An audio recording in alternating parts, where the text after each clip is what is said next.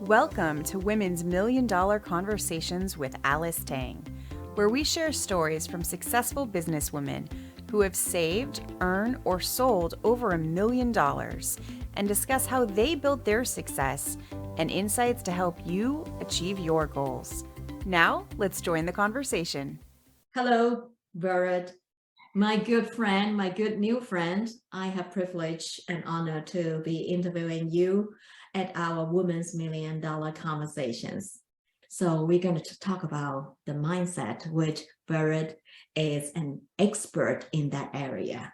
She coaches people about how they can change their mind and achieve great things that is all possible in your life. So here I am in front of my good new friend. Vered, would you say a few words about your business? Yeah, absolutely. I help people, and my team as well helps people to create inner harmony. And that's usually done by releasing some deeper limiting beliefs, releasing some emotions, so that people can create change more deliberately in their life and experience more ease and joy. Very good, because all of us want to be happy in the way that we define. So how we defined it and how we look at it is really important. So Right. here I am flowing you the first question, simple first question. How long does it take for you to get to your $1 million business income? Yeah. It took about 5 years from the time that I officially started my coaching business. And it's coaching. In those days, I was beginning to do some trainings. Now I do a lot more training and keynote speaking, as well as coaching CEOs. But it took a few years, and a lot of that was in the last 2.5 years.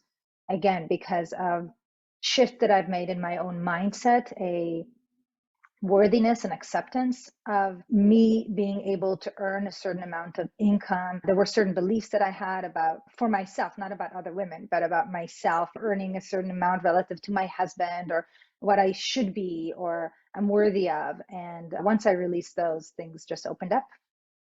Well, I like to share a little bit, not to take away the thunder of our great speaker, is many years ago, I falsely believed that I had to make 80% of my husband's income. So for 3 to 4 years, I was stuck at a certain level. No matter how hard I work, I could be working 60, 70, 80 hours and still it hasn't moved the needle. But I got many good friends and you're my new friend, but this wonderful friend just told me, is that real? And it hit me like a huge baseball bat on my head. And I thought, it might not be real. Let me just ask him. And he simply didn't care. That's the problem. Yeah. Thank you for listening. Continuing For on the sharing that. questions. How does it feel when you hit your million? How does it make Oh you my feel? goodness. It was amazing. And it was a moment of like disbelief. And then came the rush of just gratitude. Also knowing that when I hit that, I knew that this was just the beginning of even more fun, even more abundance, because it's a process of allowing. And when we get the truth, like you, and we fully accept that truth at a deeper level, then opportunities show up and things begin to happen. And our job is just to stay as coherent as we can, as we allow opportunities to show up and to take advantage of those. So, yes. My takeaway from what you just said now is the truth is setting us free. Yes. But how many of us are courageous enough to look at the truth? And a Yeah. lot of time we look at it with fear.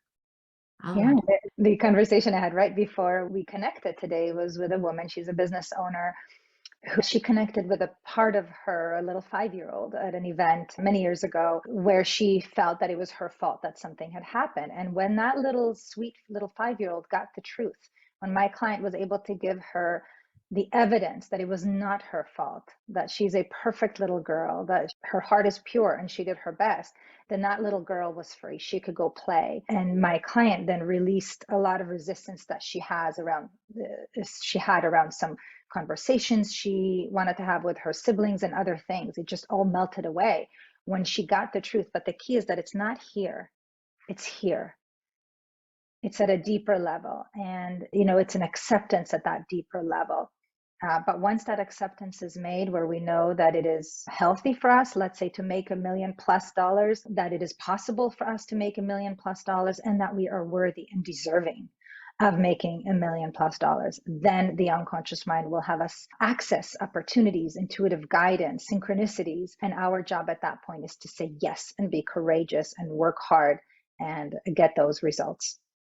My goodness, gave me all the goosebumps as you were speaking and answering the question. So I know, at least I feel that it's real and it's possible for me. Next question. What is the biggest bias that you have internally and externally when you're getting to that million? Yeah, so for me, the big thing that I around that point struggled with, okay, then I've gotten to that point, but what does it mean for me now to expand beyond this? Because I knew that meant I needed to expand the scope of my business, right? To have more people working with me. And in my mind, in those days, it was that it would require me to have less freedom because I would just have more stuff to do. And that was not congruent with my top value, which is freedom, mental, emotional, physical freedom, right? The ability to do what I want when I want it, the way that I want it, right? Generally speaking, of course, we all have aspects of our business and our life that we need to do. But of course, to be generally very congruent with feeling that flow, that energy in my body. And that was something that I needed to work through. And when I got the fact that's not true, right? Just hit over the head, right? Yeah, that's not even true. I would have even more freedom when I expand and build. Maybe in the short term, they would require more effort and more focus. But in the long term, my goodness, way more freedom. I could make millions in my sleep without even showing up because other people would lead that, right? So once I got that, then it released. And then, like I said, more waves of opportunities showed up. Very good. So believing that you can and believing that, actually it's freer to be there and beyond there instead of there got to be a lot of demands. So I was working 40, it might be an 80-hour week. No, the answer is no. That was my experience. I think generally speaking, there's a feeling of surrender, right? So we get to a certain point. Let's call it $1 million. Let's call it a certain number of clients, certain reach, geographical or otherwise, whatever we intend in our business or in other areas of our life. And when we get to that point, yes, we want to stay very deliberate about what we want to create. We want to have a clear picture, what that success that we want will look like, feel like, sound like, all of the above. And at the same time, surrender the form of that. Allow ourselves to trust that it will happen in the highest and best way for us. And I think that's where a lot of people struggle with, is that they almost become resistant because it's like now they've gotten to a certain level. There's more trust, there's more confidence, but also with that sometimes comes like I need to keep this going kind of thing. I must do more. I must make more. I might reach more. And when it gets to a place where it's unpleasant, like it's like a pressure, like a heaviness versus a fun kind of game, that's a warning call. That is a wake-up call for us to say, all right, what is really important to me, right? What do I actually want at this point? Yes, I can achieve. Yes, it is possible for me, but what do I really want? Yeah, so it's beneficial. I'm worthy of it. I can do it, but do I want to? I got this. Checked it off. Do I want more? And if so, what would that look like? And does that align with my values? So I think just consciously saying, what do I actually want is an important question to ask ourselves. Because what I wanted a year ago or pre-$1 million might not be what I want right now. And that's okay. It's okay to trust that and to redesign our future and to surrender that it will happen. Because now we've got even more resources than we had before. Sorry, I jumped again, but knowing what we want, you just said, is like beginning of wisdom. That's right. It is. And so here's the beautiful thing of what you've just shared. How do I know what I want if I don't have an experience or hallucination of what I don't want? I cannot access the wisdom without the learning, without the contrast. And so when emotions show up, when we shift from some pleasant state to some unpleasant, those little warning signs, we need to listen, to get nice and quiet and listen to that. What am I feeling? What is that little voice saying? And to get the wisdom, to ask ourselves, what do I need to learn? What do I need to learn so that I can take even better care of myself, so that I could experience even more health and ease moving forward? And to trust that guidance, to surrender to that guidance. So do you recommend that we quiet our minds? And example, one of the guests she would go to shower. if she wanted to quiet her mind, she even have the writing boards in the shower. Her husband was like, what's going on here?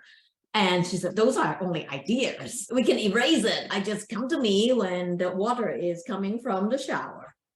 So what do you recommend people to do to listen to that inner voice? Yeah, that's exactly it.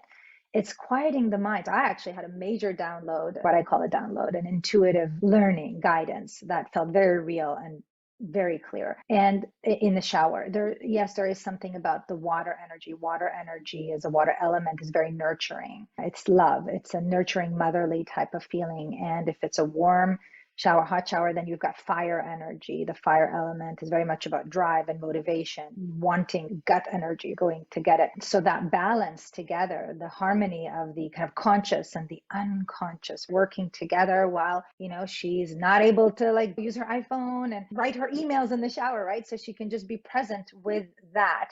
And then things flow, right? So that information flows from the superconscious mind, right? What some people call the higher or the collective conscious mind, this higher mind, when there isn't that resistance that we have when we're so busy, can flow. So whether it's shower, whether it's going for a walk, whether it's just pausing to take a few breaths, to really feel the air going in and going out, and experience appreciation for something or someone in our life, when we're able to do that, and from that place ask the question, what's the best path for me?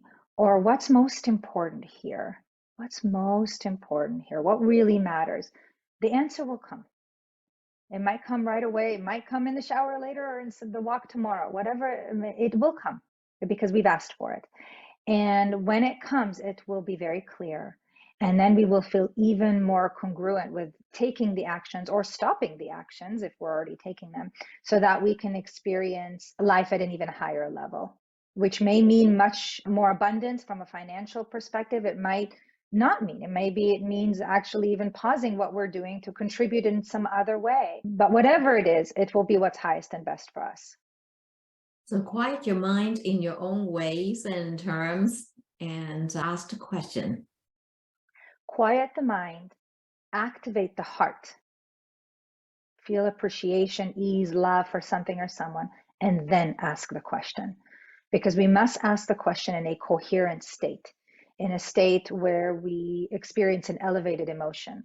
Because the intuitive guidance, the heart's intuition that will come in that coherent state is totally and 100% trustworthy. And then we get to say yes, right? The courage. We get to say yes to take that action, even though it might not be logical. It might not be what everybody says we should or could do, or what we used to tell ourselves we should or could do. We got to trust it, because there's some part of us that knows where we've been and where we're going, and knows what's highest and best, not only for us, but for our clients, for our friends, for our family, for our planet. Very wonderful. Now we're going to make a turn here. I'm sure that building a business is not necessarily easy, but it's exciting. It's worth doing it. There may be a time or two you wanted to quit. What has kept you going? So truthfully, there has not been a time where I've wanted to quit.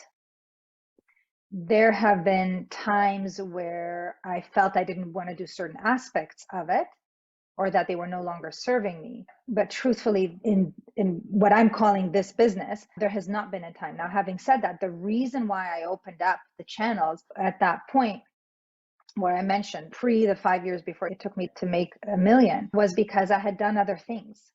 My focus was dispersed.